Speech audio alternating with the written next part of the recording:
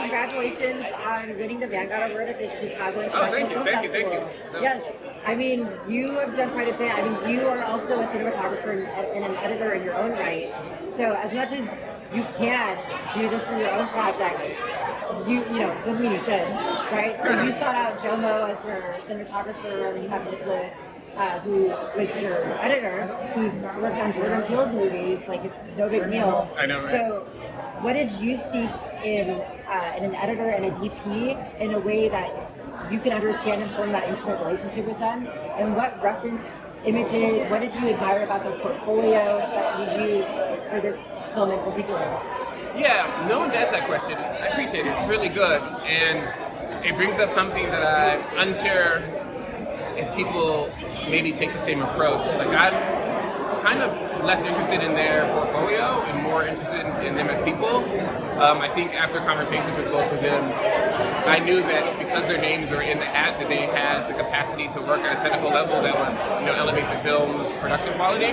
But it's more about their sensibility and what films they like, and the way that they're sort of almost instantaneously digesting the idea and the goals. And if there's some sort of cosmic alignment, which there was, then you realize that collaborating with those types of people, you can push the idea forward, and they're not just executing what you say, which is all the difference, I think, for large collaborative projects. You speak of production value, and location is just as crucial for the film. So, I mean, it takes place in Florida, which is huge in terms of the historical prominence and what has actually happened in reform schools.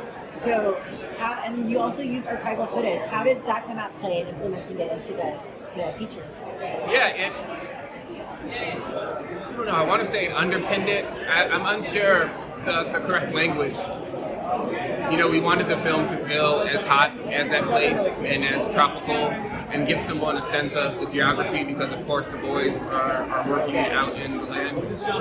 But I'd say more so to your question, the archival images and the references to that time period probably played more of a role than geography itself, because we're interested in obviously, reproducing the natural environment, but also we're interested in reproducing it in a way that felt as alive as our present. We didn't want to, sort of relish in the historical. We wanted it to feel as if, which is true. I mean, the Those Group of Boys closed 2011 and the bodies were exhumed in 2013, so it is quite contemporary. We wanted it to feel like that. And so those reference images allowed us to actually dial back towards the contemporary, so that time could be a little bit more collapsed with historical film.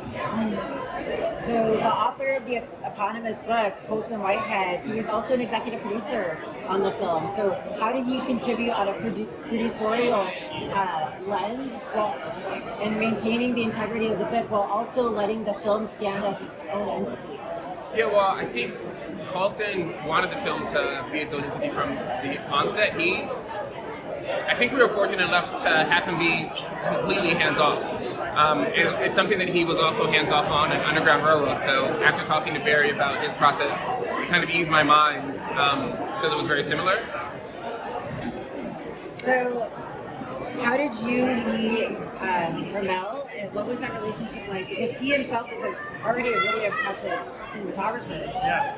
Yeah, it was, I had loved RaMell's first movie, Hale County, so much that when I had the opportunity to talk to him for this movie, it was a dream come true. Like, I love how he makes images, I love how he thinks about images, so it was really just such a special and unique process to just be able to build something so unique with him. So for this film, it really came down to testing. Like, RaMell and I had so many conversations in prep, kind of thinking through what a first point perspective would really mean in terms of cinema. So, it was having to rethink at an almost subatomic level things of what is a cut, what's a transition, what's an image in a movie like this. So it really came down to testing a lot of unique camera systems, in some cases having to engineer and build systems from scratch. So it was an incredible process because every single scene was a unique challenge, and we kind of had to wrap our minds around trying to not only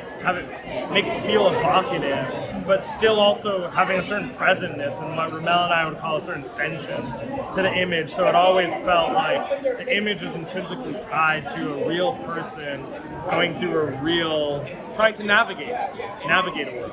This project asked me to do things that no other project really has. And in this situation, it was really trying to think through a film grammar together from the ground up, which was a totally unique challenge. And also working with a director who's so well versed in image making was, a pleasure of both of us trying to find images we've never seen before.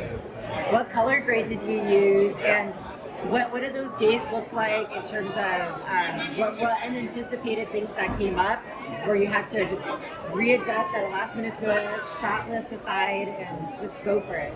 Yeah, we had such a specific shot list. Like, RaMell and I, we maybe had like a 34-page single-space document of just our shot list. Like, we really described in depth every single moment, where the gaze was going, how it was moving, kind of built and described that in a way that traditional shot lists don't really do. And I think that the process of making such a specific document allowed us to, if things needed to change on a moment's notice, he and I had hours and hours of conversation talking about the emotions, the characters, the scenes, the moments, that it allowed us to be really quick in terms of being able to readjust in some of our strategies the times that happened. And in terms of the color, we used the color collective and the fantastic colorist Alex Bickle, who was such a huge asset in this movie, and was someone that RaMell and I brought in early. In some of the first few weeks of prep, Alex, RaMell, and I were in the theater looking at camera tests and kind of building almost a digital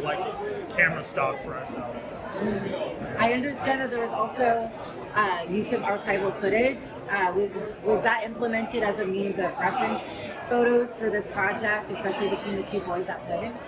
Honestly, RaMell and Josslyn, the co-writer and producer, had done so much combing through archival documents that by the time I was reading the script, almost every single moment of archival in the movie was written into the script and had a hyperlink to that archival document so that I could see it, Nora Mendes, the production designer, could see it. So there's a way in which it definitely influenced some of the images, but the script was conceived even at the onset, starting from a place of deep archival research by both Josslyn and RaMell and our archival team. So there was a way in which it was always present in everything that we did throughout the movie.